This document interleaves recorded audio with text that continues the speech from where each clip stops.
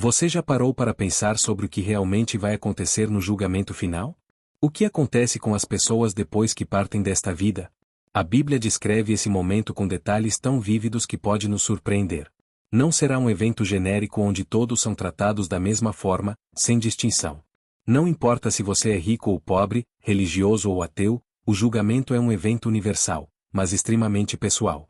A Bíblia nos ensina que, no fim, Deus separará as pessoas de acordo com suas escolhas, ações e, claro, suas crenças.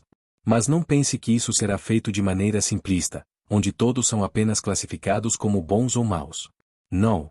Deus, na sua perfeição e justiça, tem um plano detalhado para cada tipo de pessoa, e é isso que vamos explorar hoje. À medida que vamos aprofundando neste estudo, vamos analisar o que realmente a Bíblia diz sobre onde cada tipo de pessoa vai parar. Desde aqueles que viveram pela fé até aqueles que rejeitaram completamente a mensagem divina. A Bíblia nos dá uma explicação clara, sem ambiguidade, do que acontecerá com cada um. A pergunta que permanece é: como será o seu julgamento? O que você tem feito até agora com a luz que lhe foi dada? Vamos analisar. O primeiro grupo a ser analisado é o mais esperado, mas também o mais complexo: aqueles que creram e viveram pela fé. Esses são os indivíduos que aceitaram a palavra de Cristo e a colocaram em prática, vivendo suas vidas de acordo com os ensinamentos do Evangelho. Muitos acreditam que apenas crer em Cristo é suficiente para ser salvo, mas, na realidade, a Bíblia nos fala sobre algo muito mais profundo. Em João 5,24, Jesus declara: "Quem ouve a minha palavra e crê naquele que me enviou tem a vida eterna e não entrará em juízo, mas passou da morte para a vida." Aqui, vemos que a salvação é garantida para aqueles que acreditam e seguem a Cristo. Mas o que isso realmente significa para nossas vidas diárias? De acordo com 1 Coríntios 3, 12 e 15, além da salvação, existe um julgamento das obras de cada crente. O apóstolo Paulo nos fala sobre um julgamento onde as obras serão testadas. Ele compara as boas obras a metais preciosos, como ouro e prata, que resistem ao fogo, enquanto as ações egoístas ou impuras são como madeira, feno e palha, que são consumidas pelo fogo.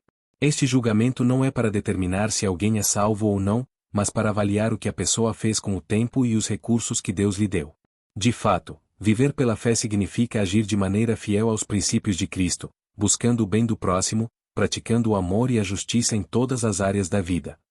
Portanto, mesmo entre os crentes, haverá um julgamento de obras. O que fizemos com o tempo, os talentos, as oportunidades que nos foram dados? Quanto investimos no bem e na edificação do reino de Deus? Essas são perguntas que não podemos ignorar. A fé verdadeira se reflete em ações. A verdadeira fé não é apenas acreditar, mas viver de acordo com a crença. Chegamos agora ao grupo que Jesus trata com mais severidade no Novo Testamento: os hipócritas religiosos. Este é um grupo extremamente perigoso, pois são aqueles que aparentam viver de acordo com a fé, mas, na verdade, não têm um relacionamento verdadeiro com Deus. Em Mateus 23, Jesus diz: "Ai de vós, escribas e fariseus hipócritas! Porque sois como sepulcros caiados, que por fora parecem formosos, mas por dentro estão cheios de ossos de mortos e de toda impureza." Jesus está nos ensinando que as aparências não enganam a Deus. Podemos ter toda a aparência de uma vida religiosa, fazer boas obras, participar de cultos, mas se nosso coração não está verdadeiramente voltado para Deus, nossas ações não têm valor eterno. Em Mateus 7, 21-23, Jesus alerta: "Nem todo o que me diz Senhor, Senhor, entrará no reino dos céus, mas aquele que faz a vontade de meu Pai, que está nos céus." Este é um lembrete de que a verdadeira fé se reflete em nossa relação pessoal com Deus, e não nas ações externas ou no que os outros veem. Este é um ponto crucial para nossa reflexão. Estamos apenas praticando a fé para parecer bons aos outros, ou estamos realmente vivendo uma vida de integridade diante de Deus? Deus não se importa apenas com nossas ações externas, mas com a motivação do coração. O que Deus realmente busca é um relacionamento genuíno com cada um de nós. Agora, vamos falar sobre um grupo que, para muitos, é o mais difícil de entender: aqueles que rejeitaram ativamente a fé. Esses são os que, apesar de terem ouvido a verdade, escolheram seguir seu próprio caminho. O julgamento deles será mais severo, porque, como diz Hebreus 10, 26-29, se nós, depois de termos recebido o conhecimento da verdade, pecarmos voluntariamente, já não resta sacrifício pelos pecados. Esses são os que conheceram a verdade, entenderam os ensinamentos de Cristo, mas optaram por rejeitá-los conscientemente. E, como João 3:36 nos diz, quem crê no Filho tem a vida eterna, mas quem não obedece ao Filho não verá a vida, mas a ira de Deus permanece sobre ele. A ira de Deus não é algo futuro, ela já se encontra sobre aqueles que rejeitam deliberadamente a graça de Deus. Este é um tema sério e difícil, mas é importante que todos entendam a responsabilidade de ouvir e rejeitar a verdade. Rejeitar o chamado de Deus é uma escolha que leva a consequências eternas. Portanto, temos que refletir sobre as oportunidades que tivemos e como reagimos a elas. Será que estamos realmente acolhendo a mensagem de Deus ou estamos apenas adiando a decisão de segui-lo? Este é um dos temas mais delicados e frequentemente questionados, o destino das crianças e daqueles que morreram antes de alcançar a razão. A Bíblia não oferece uma resposta direta, mas, com base nas Escrituras, podemos ver uma clara evidência da misericórdia de Deus. Em 2 Samuel 12:23, Davi expressa sua confiança de que ele verá seu filho novamente, uma indicação de que os pequenos que faleceram antes de serem capazes de exercer fé estarão com Deus. Além disso, Jesus, em Mateus 18:3, diz que se não vos converterdes e não vos fizerdes como crianças, de maneira nenhuma entrareis no reino dos céus. Ele também disse em Marcos 10:14: Deixai as crianças virem a mim e não as impeçais, pois delas é o reino dos céus. Isso nos dá a confiança de que Deus, em sua justiça e misericórdia, cuida daqueles que não tiveram a chance de fazer uma escolha consciente. Portanto, temos fé de que as crianças e aqueles que faleceram sem a capacidade de entender o Evangelho estão sob o cuidado de Deus. Ele é justo e fará a coisa certa.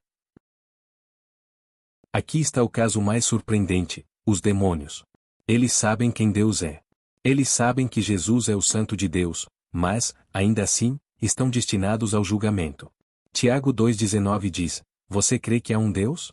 Faz bem. Os demônios também creem e tremem. Eles têm um conhecimento perfeito, mas não são salvos. Isso nos ensina uma lição poderosa: conhecimento não é suficiente. A verdadeira salvação vem de um relacionamento transformador com Deus.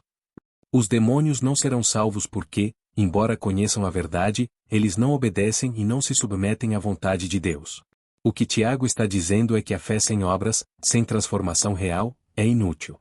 Eles podem ter o conhecimento intelectual, mas não têm a verdadeira fé que resulta em uma vida transformada. Agora, chegamos ao grande momento, o grande trono branco. Apocalipse 20:11-15 descreve como todos serão julgados com base no que está escrito nos livros. Os mortos serão julgados de acordo com suas obras, e aqueles cujos nomes não estão no livro da vida serão lançados no lago de fogo.